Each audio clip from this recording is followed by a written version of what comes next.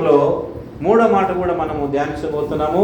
త్వరగా చూడండి, చదవండి. అపోస్తలుల గ్రంథము 16వ అధ్యాయము. అపోస్తలుల గ్రంథం 16వ అధ్యాయము చదవండి. అపోస్తలుల కార్యముల గ్రంథం 16వ అధ్యాయము 5వ వచనం.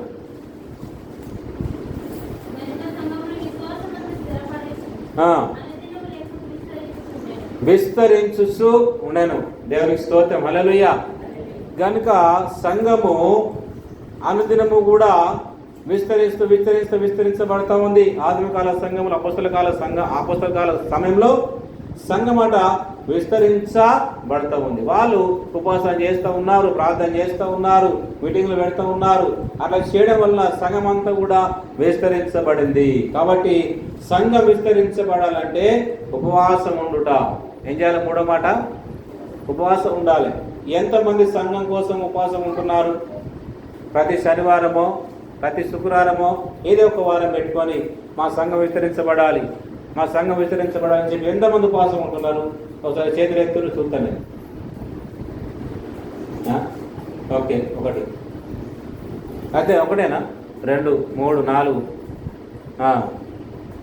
సంఘం విస్తరించబడడానికి ఉపవాసం ఉంటురా? చెప్పండి. మా సంఘం విస్తరించబడాలి.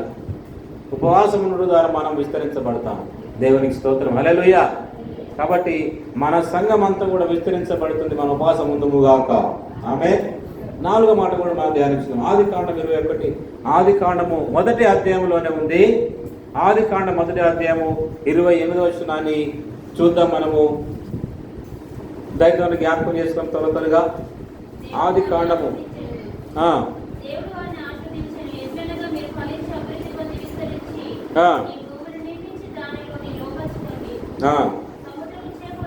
దేవుని స్తోత్రం, హల్లెలూయా. మీరు భూమిని నిండించి దాని మీద లోబర్చుకోమని చెప్పి దేవుడు వారికి చెప్పాడు. కాబట్టి 4వది ఏంటంటే మాట వినడం వలన మనం విస్తరించబడబోతున్నాం. దేవునికి స్తోత్రం, హల్లెలూయా. మనము దేవుని మాట ఉండలో మనము విస్తరించబడుతున్నాం. 5వదిగా నిర్గమకాండం 1వ అధ్యాయము 7వ వచనం చదవండి. 5వ మాట చదివి మనం ముగించుకుందాం, సమయం అయిపోయింది కాబట్టి. 5వ మాట 1వ అధ్యాయం నిర్గమకాండం 7వ వచనం.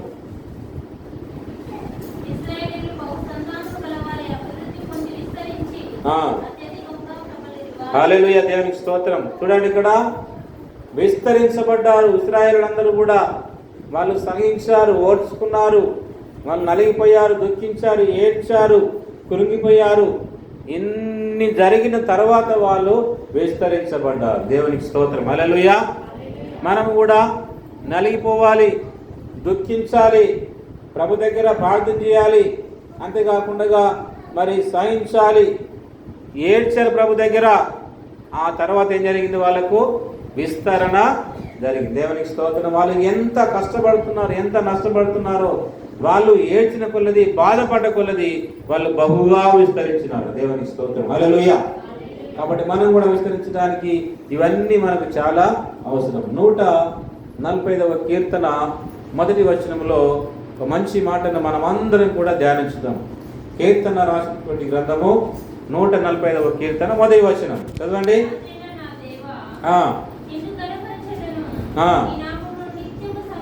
అని చెప్పండి. నిన్ను గణపరచెదను. ఎవరిని గణపరచుట? 6వది, దేవుణ్ణి గణపరిచేవారు విస్తరించబడతారు. దేవునికి స్తోత్రం. నన్ను గణపరచువారు నేను గణపరచెదను. దేవుని ఎవరైతే గణపరుస్తారో వాళ్ళు ఏమైతారట? విస్తరించబడతారు. దేవునికి స్తోత్రం. దేవుణ్ణి గణపరుస్తారా? దేవుణ్ణి ఆరాధిస్తారా? దేవుని ఘనంగా ముందు నడిపిస్తారా? లేదా? మనము గణపరుస్తాలి. ప్రభునామాన్ని గణపరిస్తే మనం అట విస్తరించబడతాం. మనమందరూ కూడా విస్తరించబడతా ఉంటాయి. ఆయన మాటను మనం వినాలి, ఆయన మాటను మనము నమ్మాలి. సామెతల గ్రంథము 8వ అధ్యాయం 21వ వచనంలో దేవుణ్ణి మనం ప్రేమించడం ద్వారా ఏం జరుగుతుందో మంచి ఆ మాటను కూడా రాయబడింది. దాన్ని చదువుదాం రండి. నన్ను ప్రేమించు వారిని ఆస్తికర్తలుగా చేతులు. దేవుణ్ణి ప్రేమిస్తే మనం విస్తరించబడతాం. దేవుణ్ణి ఘనపరిస్తే మనము విస్తరించబడతాం. సామెతలు 16, సామెతలు 14 మొదట్లో ఉంది స్త్రీల గురించి. జ్ఞానవంతురాలు తన ఇల్లును కట్టుకున్నాడు. జ్ఞానం గలవారు ఎవరైతే ఉంటారో వాళ్ళు విస్తరించబడతారు. దేవునికి స్తోత్రం. ఎంతమంది జ్ఞానం ఉంది? జ్ఞానం గలవారు చేతులు ఎత్తండి. ఒక్కరు కూడా జ్ఞానవంతులు లేరా? కాంతమ్మ ఒక్కతే జ్ఞానవంతురాలా? మీరు జ్ఞానవంతురాలు కారా? మీరంతా మీ అందరికీ జ్ఞానవంతులు కాదు ఇల్లు లేవు మీకు? మీరంతా జ్ఞానవంతులు కాదా?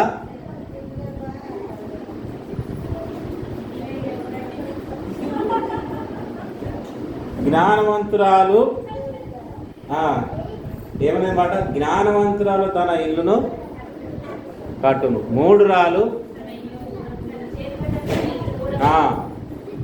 చేతులు పెట్టి ఊడ బెరుకును. మరి ఊడ బెరుకుతారా? ఇల్లు కడతారా? స్త్రీలారా చెప్పండి. మీకే వచ్చింది మాట, నాకు రాలేదు. ఇలా మీకు వచ్చింది అనుకో. జ్ఞానం ఇల్లు కడతారా? ఊడ బెరుకుతారా? ఏం చెప్పండి? మీరంతా జ్ఞానంతో కట్టుదురుగాక. దేవుడు మీ జ్ఞానం ఇచ్చునుగాక. ఆయన జ్ఞానం మీకు తప్పకుండా దొరుకునుగాక. దేవునికి స్తోత్రం. హల్లెలూయా. దేవుని జ్ఞానం మీ హృదయంలోనికి వచ్చునుగాక, మీ తలంపులోనికి వచ్చునుగాక. దేవుని జ్ఞానం మీ చేతులకు వచ్చునుగాక. దేవుని యొక్క జ్ఞానము మీ ఆలోచనలో ఉండునుగాక. ఆమేన్. హల్లెలూయా. కాబట్టి జ్ఞానముతో మరి ఏం చేయాలి? మనము ఉండడానికి ప్రయాసపడాలి. జ్ఞానము గల వారు విస్తరించబడతారు. జ్ఞానముతో ఉన్నటువంటి వాళ్ళు విస్తరించబడతారు. జ్ఞానాన్ని పొందుకున్న వాళ్ళు విస్తరించబడతారు. జ్ఞానము కావాలా వద్దా? చెప్పండి, ఏమైంది? ఆకు పడితివి జ్ఞానంతో సప్ప ఉందనంటివి. ఏమంటావు మోసాను? ఆకు పట్టినాక సప్ప ఉందనంటివి, పుల్ల ఉందనంటివి. అది జ్ఞానమేనా? ఏమంటారు? అది తెలివి. చేతులేసి కొట్టి నోట్లేసినాక మంట మడుతుందని అంటివి. ఏదంతా మంచి లేదంటివి. ఈ తంబాకు మంచి లేదు అని అంటివి. అది జ్ఞానం అంటారా? ఏది జ్ఞానం? ఏది జ్ఞానము? మీ జ్ఞానం కావాలంటే యాకపత్రికలు ఉంది, చదవండి. జ్ఞానం చేయడం రాయకుండా మీరు ఎవరికైనా జ్ఞానము కొదుకునేలా అది ఎవరిని అడగాలి? దేవుని అడగాలి. దేవుని అడుగుతున్నారు. మరి అందరు దేవుని అడుగుతున్నారా? దేవుని అడగాలి. మోకరించి, ప్రభువా ఇదిగో ఊరికే నా జ్ఞానం అంటాడు. ప్రభు నా జ్ఞానం దయచేయి అంటలేదు. మీరు అందరూ కూడా అనాలే. ఊరికే ప్రభువా జ్ఞానం లేదు, ఊరికే ప్రభువా జ్ఞానం లేదు, ఇదే మాట ప్రభు అంటున్నాయన నాకు జ్ఞానం దయచేయి. ఆయన నోరు ముయ్యబడాలి. జ్ఞానం ఎవరైనా నిన్ను అంటున్నారో వాళ్ళ నోరు ముయ్యబడును గాక, నీ జ్ఞానం దొరుకును గాక. మీలో ఎవరికైనా జ్ఞానం కొద్దిగా ఉంటే ఎవరిని అడగాలి? చెప్పండి, ఎవరిని అడగాలి? దేవుని అడగండి, ప్రార్థన చేయండి, కూర్చోండి, మోకరించిన ప్రభువా నాకు జ్ఞానము దయచేయి. జ్ఞానం అందరికి అవసరమా? కొందరికి అవసరమా? అందరికి అవసరం కదా. చదువుకున్న జ్ఞానం అవసరమా? మీకు కూడా అవసరమా? థామస్ ఎడిసన్ ఏం పేరు చెప్పండి? నేను కూడా పూర్తి చెప్పలే పేరు, నేను కూడా సగం చెప్పిన. ఏం పేరు? ఈయనకు చదువు అంతగా రాలేదు, ఈయనకు అంత జ్ఞానము లేదు. శుద్ధ ముద్ద ఈయనకేం చదువు రాదు, శాస్త్రం రాదు, ఏం రాదు. ఇంట్లో జ్ఞానం లేని తినుడే, బయట అంతే ఓ పనికి రానుడా, వీటికి శుద్ధ ముద్ద ఇంకేనని చెప్పి అందరూ అన్ని ఏతాలు చేసుడే. అతన్ని వెళ్ళి వాళ్ళమ్మ అతన్ని చేపట్టుకొని తీసుకుని వెళ్ళి చర్చిలో కూర్చోబెట్టి ప్రార్థన చేసిందట. అయ్యా ఈయన కొంచెం ఏదైనా చెయ్యి ప్రభువా అని ప్రార్థన చేసిందట. వీడు అందరి నోళ్ళల్లో జ్ఞానం తిట్టుకుంటున్నాడు ప్రభువా, వీడు అందరు దేశిస్తున్న ప్రభు, ఈయన జ్ఞానం లేదు, ఏం లేదు, ఇది ఇష్టంగా తిరుగుతున్న ప్రభు అని ఏడ్చుకుంటా వాళ్ళ అమ్మ చర్చలో కూర్చోబెట్టి ప్రార్థన చేసింది. ప్రార్థన చేస్తూ ఉంటే దేవుడు మంచి జ్ఞానం అబ్బాయికి ఇచ్చిండు. ఆ జ్ఞానం ఏంటనంటే ఇదే. ఏంటిదే జ్ఞానము? లైట్ కనుకుంది. చెప్పండి ఎవరు? అదే థామస్ ఎడిసన్. లైట్ కనుకుంది, బల్బు కనుక్కున్నది ఆయననే. ఆయన బల్బు కనుక్కున్నాడు. చదువు జ్ఞానంతో కనుక్కున్నాడా? చెప్పండి. డిగ్రీ జ్ఞానంతో కనుక్కున్నాడా? ఎంఎస్సీ జ్ఞానంతో కనుక్కున్నాడా? ఇంకా చెప్పండి. ఏదైనా జ్ఞానంతో ఆయన బల్బు కనుక్కోండి చెప్పండి. కేవలము పరలోక తండ్రిని అడిగిండు, దేవుడు జ్ఞానం ఇచ్చిండు. దేవునికి స్తోత్రం. హల్లెలూయా. నీకు చదువు రాకపోయినా, నీకు శాస్త్రం రాకపోయినా దేవుణ్ణి అడిగితే జ్ఞానము నీకు గొప్పగా ఇవ్వబోతున్నాడు. కాబట్టి గొప్ప జ్ఞానము దేవునికి అనుగ్రహించును గాక. ఆమేన్. కాబట్టి మనమందరం కూడా జ్ఞానులుగా అవుదుము గాక. ఎంతమంది జ్ఞానం కావాలి? అందరూ చేతులు ఎత్తండి. అందరికి జ్ఞానం కావాలి కదా. ఎంతో కొంత జ్ఞానం అయితే మనకు కావాలి. జ్ఞానం లేకుండా మనం ఏది కూడా కట్టలేము. జ్ఞానం లేకుండా ఇల్లు కడతావా? ఏమంటావు? రేపు పొద్దున బంగ్లా కట్టలేడు, ఏం చేస్తావు నువ్వు? జ్ఞానంతో కడతావు ఇల్లు. లేకుంటే జ్ఞానం లేకుండా కడతావా? కట్టవు. ఆల్రెడీ కట్టేసారు మనోళ్ళు. మంచి జ్ఞానంతో ముందుగానే కట్టేసారు. దేవునికి స్తోత్రం. హల్లెలూయా. ఇంకా జ్ఞానంతో అందరికి కట్టును గాక. దేవుడు మీ కుటుంబాలను కట్టును గాక. మీ అందరికి దేవుడు మంచి జ్ఞానం ఇచ్చును గాక. కొంచెం గట్టి చెప్తే ఏమవుతుంది? ఆమేన్. హల్లెలూయా. ఆకలి వారు దేవునికి హల్లెలూయా చెప్పండి. మీ అందరికి ఆకలి కాదు, నాకు అర్థమైపోయింది. మీ అందరికి ఏమవుతుంది? ఆకలి అవుతుంది. నేను అన్నమాట మీ అందరికి అర్థమైపోయి అంటారు, నాకు అర్థమవుతుంది. లేదు అర్థం కాదు. ఎందుకంటే మీకు మంచి జ్ఞానం దేవుడు ఇచ్చింది. సరే, మీ జ్ఞానం ఇక్కడ మంచిగానే ఫలిస్తుంది. ఈ జ్ఞానం మీకు ఉండాలి. దేవునికి స్తోత్రం. హల్లెలూయా. కాబట్టి జ్ఞానవంతురాలు తన ఇల్లును కట్టును. ఇది పెళ్ళైనా కాకపోయి మంచి గట్టి చెప్పిన ప్రసంగం అన్న కానీ వెనుక వాళ్ళు అయిపోయారు, ముంగట వాళ్ళు అయిపోయారు. కానీ ఇంతతో దీన్ని ఆపేస్తారు. దేవునికి స్తోత్రం. హల్లెలూయా. కాబట్టి ఇక 7వదిగా 126వ కీర్తనలో 5వ వచనంలో మంచి మాట ఉంది. ఈ మాటను కూడా మనం ధ్యానించి ముందుకెళ్దాం. 126వ కీర్తన చదవండి. 5వ వచనం. 126.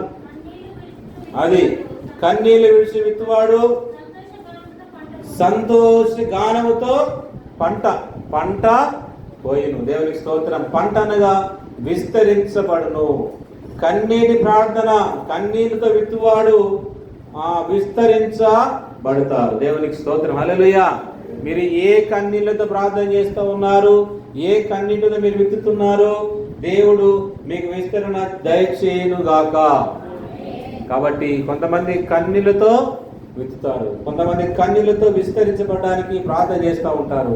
అలాంటి ప్రార్థన ఎన్నాడు కూడా వ్యర్థంగా పోదు. వ్యర్థమైన ప్రార్థన మనం చేయకూడదు. ఆయన మాటను మనము వ్యర్థంగా ఉచ్చరించకూడదు. దేవుని మాట ప్రకారమే మనం ఉచ్చరించాలి. ఆయన మాట ప్రకారం మనము కరెక్ట్గా మనం నేర్చుకోవాలి. ఇక్కడ కూడా చెప్తున్న మాట ఏంటంటే, కన్నీళ్ళు విడిచి విత్తువాడు సంతోషమైన పంటను పోయిను. కాబట్టి కన్నీళ్ళు విడిచేటువంటి యొక్క మార్గమును ఎవరు తెలుసుకుంటారో వాళ్ళు మంచి పంట కోస్తారు. దేవుడికి మంచి పంట ఇచ్చును గాక. ఆమేన్. హల్లెలూయా. చూడండి, మంచి పంట కోసిన వాళ్ళు అబ్రహాము ఉన్నాడు. దేవునికి స్తోత్రం. హల్లెలూయా. ఎవరు చెప్పండి, అబ్రహాము లేడా మంచి పంట? ఇంకా చెప్పండి. దావీదు కన్నీళ్ళు విడిచాడు, ఏ పంట కోసిండు? మంచి పంట కోసిండు. కాబట్టి మంచి పంట మీకు రావాలంటే ఏం చేయాలి? భూములు ఉండాలా, జాగాలు ఉండాలా? చెప్పండి, ఏముండాలి? మంచి పంట కొయ్యాలంటే ఎకరాల ఎకరాల భూములు అవసరం లేదు. మంచి పంట కొయ్యాలంటే కన్నీటి ప్రార్థన ఉంటే చాలు. దేవుడు మనందరికీ మంచి పంట ఇస్తాడు. మీరు నమ్మితే ఆయన మహిమను మీరు చూడబోతున్నారు. గట్టి చప్పట్లు ప్రభు నామములో. ఎకరాలు భూములు మంచి పంట కోయడానికి దేవుని దగ్గర మీరు మంచి కన్నీటి ప్రార్థన చేయండి. తప్పకుండా మీరు నూరంతలుగా ఫలాన్ని మీరు పొందబోతున్నారు. ఆ ఫలము దేవుడు మీకు ఇవ్వబోతున్నాడు. ఆ ఫలము దేవుని దగ్గర మాత్రమే ఉన్నది. అది ఎవరికి ఇస్తాడంటే కన్నీటితో విత్తువానికి మాత్రమే దేవుడు ఇస్తాడు. ఇంకెవరికి ఆయన ఇయ్యడు. దేవునికి స్తోత్రం. హల్లెలూయా. ఎవరైతే ప్రార్థన చేస్తూ ఉన్నారో, ఎవరైతే కన్నీటి ప్రార్థన చేస్తూ ఉన్నారో వారికి ఏది అవసరమో దేవుడు చూసి అది మీకు తప్పకుండా దయచేయునుగాక. ఆమేన్. చివరిగా ఒక మాట చెప్పి ముగించబోతున్నాను. 128వ కీర్తన, దాని కింద ఉంటుంది 128 మొదటి వచనము.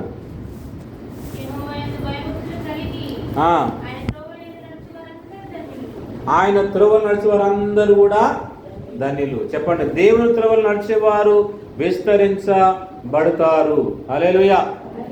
ఎవరి త్రోవలు నడవాలి? మనమందరం కూడా దేవుని త్రోవలు నడుచు వారు అందరూ కూడా ఏమవుతారట? విస్తరించబడతారు. దేవుని త్రోవలు నడుస్తారా? సాయితాన్ త్రోవలు నడుస్తారా? ఏ త్రోవల మనకు విస్తరణ ఉంటుందంటే దేవుని త్రోవలని మనకు విస్తరణ ఉంది. దేవునికి స్తోత్రం. ఆయన త్రోవలు రమ్యమైనవి, ఆయన త్రోవలు అద్భుతమైనవి. కాబట్టి ఆయన త్రోవలు నడవాలి. ఒకసారి మళ్ళీ చదవండి మాట. ఆయన త్రోవల్లో ఆయన త్రోవలు నడిచే వారందరూ కూడా ధన్యులే, నడవని వారందరూ కూడా దయ్యాలే. అర్థం మీ అందరికీ? నడిచిన వారేమో ధన్యులు, నడవని వారేమో మెలయం తిప్పారు. గడ్డి చెప్పండి. నడవని వారేమో దయ్యాలు, నడిచిన వారేమో. ఈ మాట అంటే కోపం వస్తుంది కొంతమందికి కదా. నీకు కోపం వచ్చినా, నీకు తాపం వచ్చినా జరిగేది జరగక మానదు, పోయేది పోక మానదు, రెండవ రాకడ మానదు. నమ్మితే పరలోకం, నమ్మకపోతే నరకం. నమ్ముతావా నమ్మవా? దేవుని త్రోవలు నడతావా నడవ అనేది దేవునికి ఇచ్చిన అవకాశం. ఇది ఎవరి అవకాశం? ఇది ప్రార్థన చేసే అవకాశం, దేవుని పాడుకునే అవకాశం, దేవుని ప్రేమించుకునే అవకాశం. అవకాశం దేవునికి ఇచ్చిండు. చెప్పండి, ఎవరు ఇచ్చిన అవకాశం నీకు? 4 నూకలు తిన్నామంటే ఎవరి అవకాశము? దేవుడా నీ ఆరోగ్యమా? దేవుడే. మనం కొంత అంటాం కదా నూకలు బాగున్నాయని. మనకు బాగున్నాయంటే ఎవరు అర్థం? దేవుడే. మన ఆరోగ్యం కాదు, మన బలం కాదు, మన జ్ఞానము కాదు, మనకున్న శక్తి కాదు, మనకున్న ఏది కూడా కాదు. ఆయన మాత్రం పెట్టిన భిక్ష, దేవుడు ఇచ్చినటువంటి రోజు ఇది. దేవునికి స్తోత్రం. హల్లెలూయా. ఆయన పిలుచుకుంటే పోతాం, పిలవకపోతే దేవుని మయపరుస్తాం. అందరు దేవుని మీరు మయపరుస్తారు. ఆయన త్రోవలు మీరు ఉండండి. దేవునికి స్తోత్రం. ఆయన త్రోవలు మీరు ఉంటే దేవుడు చూసి చాలా ఆయన సంతోషిస్తూ ఉంటారు. కాబట్టి ఆయన త్రోవలు నడిచే వారందరూ కూడా ధన్యులు. మీరు ధన్యులుగా ఉండాలని దేవుడు ఆశపడుతున్నారు. ఏమన్నాడు దేవుడు? చెప్పండి, ధన్యురాల నీకు శుభము కలుగును గాక అన్నాడు. ఎవరన్నా ఈ మాట? ఎటు చూస్తున్నారా మా అందరూ? నాకు చూస్తారా? ఇక్కడ చూస్తారా? ఎప్పుడు అయిపోతుందని చూస్తారేంది?